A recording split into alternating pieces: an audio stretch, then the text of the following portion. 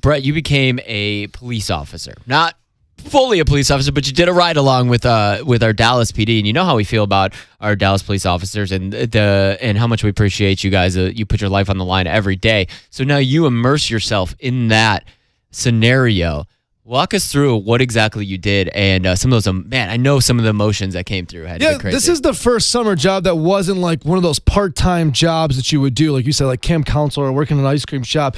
And I think because we had done those type of jobs, I didn't realize how serious this job was, because we got in the car and maybe I was being naive, but he was like, people could shoot at you, so I want you to stay back.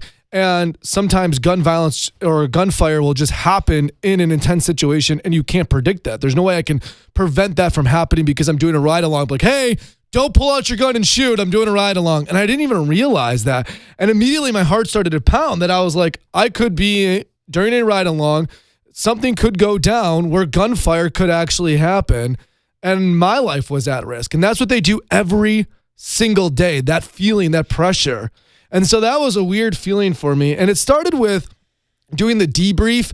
And it was exactly like how they do in the movies. They do like a roll call, who's here for the day, and they debrief you on the crime that's happening. Then you jump in your squad car and you answer these 911 calls that kind of been left over from second shift to third shift. And I did third shift from 3 to 11 is what I've been assigned. So we're just knocking out calls. And he told me that I could come back on a Saturday night because there's a lot more action. I did it like on a Wednesday. And so things were kind of calm for me. And the two big things I did was, the first thing is at around 5 o'clock or 5:30, we go to a park, a local park, and we meet up with animal cruelty and animal control.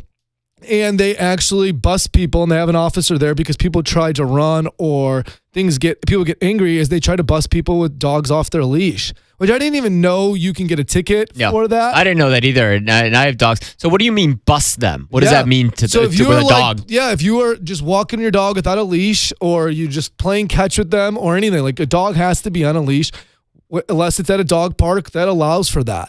And it's a $500 ticket.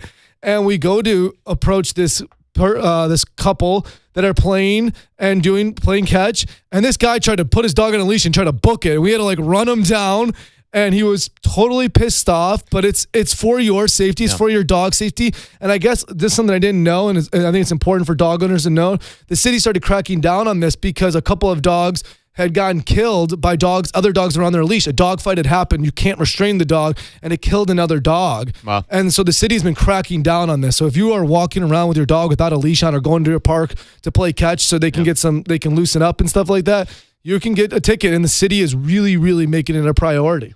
Interesting. And then the second thing that was kind of crazy, and this is kind of like an interesting story, is he found a call and got a call about a burglary that happened in Turtle Creek at a law firm, okay? So he's like, man, Turtle Creek's a really nice area. There's not usually too many break-ins. At a law firm is kind of interesting. Usually this type of stuff is internal. Let's investigate this. This will be a good call for you to go on. It turns out, crazy coincidence, this guy, they get it on camera, walks into the law firm, gets in because the door was suspiciously unlocked and left unlocked that night by the cleaning crew for whatever reason. All of the office doors, they have like kind of an open door policy, were left open from the night before. A lot of laptops, computers, electronics, all visible. He walked by all of that, goes straight to the partner's office. This partner's office isn't like the big corner office. There's only 2 partners in the entire building. This one guy has a kind of like, for lack of better words, a dull office. But he knew exactly which partner, went right to a partner's office, goes in, goes through the cabinets or goes through the drawers, grabs a laptop, and that's the only thing he pretty much took.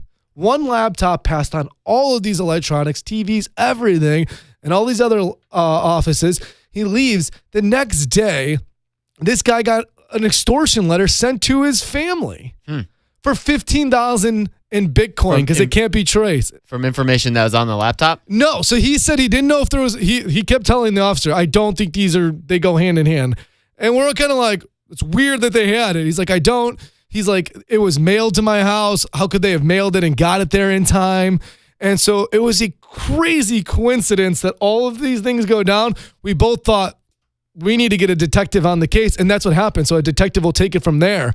And you put your Shonda Rhimes hat on, and you were trying to investigate this thing, trying to solve this mystery. So during this entire ride along, I kept my mouth shut, asked questions, and Officer Brendan Helms answered any question I had. But I tried to keep my mouth shut. When I was investigating, when they were investigating this, I actually started to speak up. I'm like, well, what did you guys think about this? Is there any evidence? And I'm like, I should shut my mouth. I should shut. Were they offended by that? Like, shut up, dude. This is our job. Like, what an a-hole. No, they were actually complete opposite. I think Officer Brendan Helms liked my input. I think he was like really welcoming. And the people there were like, we were all working together on it. And so actually it was the most welcoming atmosphere I've ever been a part of. They were awesome. And I thought maybe I shouldn't speak up. I should be nervous. Yeah, like not your place, yeah, bro. not my place. Yeah. And it actually wasn't like that at all. And, he was a guy who, I want to tell this really quickly story. He was a guy who was at the Black Lives Matter march that happened on July 7th that turned violent. And he was the first person in front of the march. And there's a picture of him on the Dallas Morning News when it hit the newspapers of him protecting the people of the march. And he said, you know what? Gunfire happened, and I had to protect people that were marching against police brutality and marching against how people viewed the police at that time. And I was forced to protect them instantly. Yep. And he also pointed out that instantly, even those people that were protesting immediately started looking for police officers when danger happened. Yeah, you hear those stories a lot, especially when it happened. You hear the stories about those officers, and you have nothing but respect for the ones that, hey, I'm going to put my body and my life on the line for you, even though we have different point of views on things. And that's not only what being a police officer is about, but also on a deeper note, like that's what it should be about as humanity. Like you can have different opinions on things and still go ahead and either have conversations or be a part of humanity as a whole as well. So I asked him if he thought about it every single day, those lives that were lost, and if he's scared leaving his family every single day. And he said, yeah. Yeah. It's something that's on his mind every single day when he leaves the house. Well, we appreciate you, all the Dallas PD out there, and first responders too, the firemen as well, and EMTs, and everybody that goes ahead and jumps into danger while all of us